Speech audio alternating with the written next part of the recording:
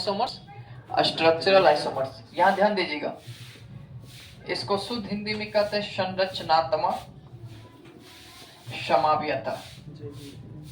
कौन सी समाव्यता? संरचनात्मक समाव्यता, ठीक है ना। अब आप याद करिए, आपको समाव्यता मैंने दो प्रकार के पढ़ाया था। एक आपको मैंने पढ़ाया था स्ट्रक्चरल और दूसरा क्या पढ़ाया था? स्टीरियो, ठीक है ना।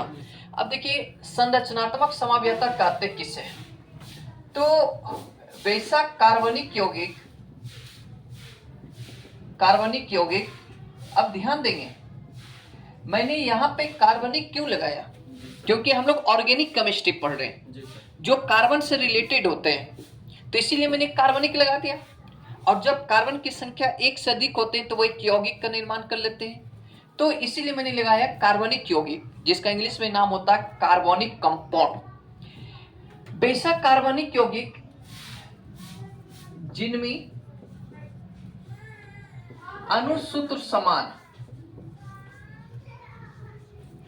अणुसूत्र क्या होता है? समान। किंतु उनमें उपस्थित परमाणु एवं उनके सदस्य भिन्न भिन्न रूप में होते हैं। किस रूप में होते हैं? भिन्न भिन्न रूप में होते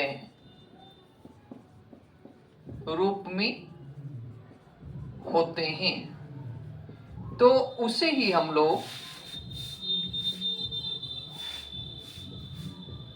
हम लोग संरचनात्मक समाव्यता कहते हैं।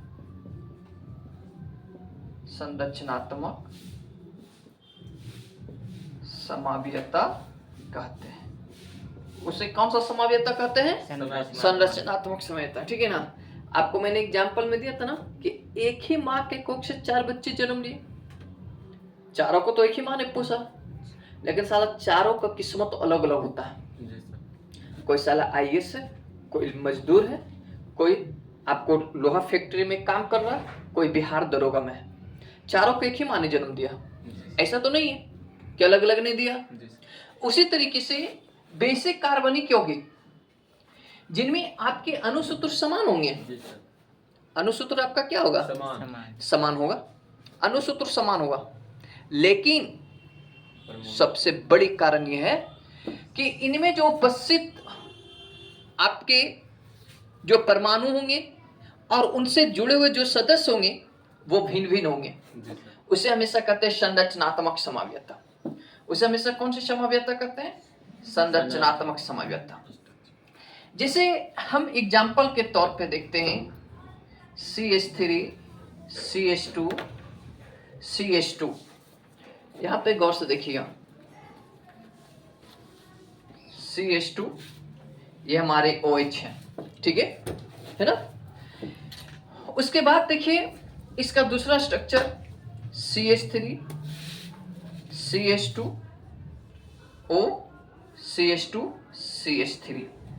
हमारे पास पहले एग्जाम्पल में मॉलिक्यूलर फॉर्मूला हम जो यूज कर रहे हैं, ये हमारे C4H10O है। अब यहाँ पे गौर से देखिए, इससे हमने 2 स्ट्रक्चर बना लिया, ठीक है। अब यहाँ पे गौर से देखिए कि ये हमारे अल्कोहल है, लेकिन ये हमारे ईथर है।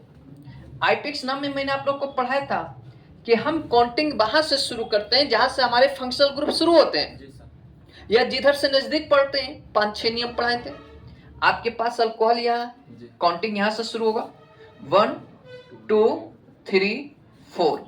टोटल कार्बन कितने हैं? 4। सब सिंगल बॉन्ड के द्वारा जुड़ा हो, तो 4 का नाम लिखते हैं ब्यूटेन। अल्कोहल किस पे? 1 पे।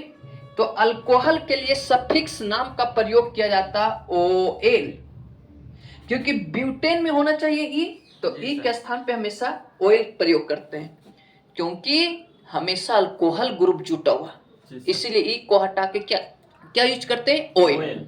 उसके बाद देखिए इसको गौर से, इसको हम लोग कहते हैं ईथर ग्रुप। ईथर में ऑक्सीजन दोनों तरफ कार्बन से जोड़ेंगे, बाएं तरफ भी और दाएं तरफ भी। तो जिधर कम कार्बन होता है ना, हम ईथर ग्रुप को उधर ये जोड़ देते हैं, लेकिन इधर तो दोनों तरफ सेम है जी। तो इसीलिए हम किधरियो जोड़ सकते हैं, चाहे इधर या चाहे इधर, चाहे हच्चाक से इधर या हच्चाक से इधर, ठीक है। ये ऑक्सीजन कितने कार्बन से जोड़ा? 2। तो जब 2 कार्बन से जोड़ता है तो इथेन नाम होना चाहिए, लेकिन एन के जगह पे हम एक सफिक्स यूज करते हैं ऑक्सी, इसीलिए इसका नाम क्या दे दिया? इथॉक्सी। इधर कितने कार्बन है काउंटिंग कर लेंगे, 1 2, इसका नाम होता है इथॉक्सी इथेन, ठीक है। यहाँ पे जो हम यूज करते हैं सफिक्स नेम, एन के जगह पे OXY यूज करते हैं, ठीक है।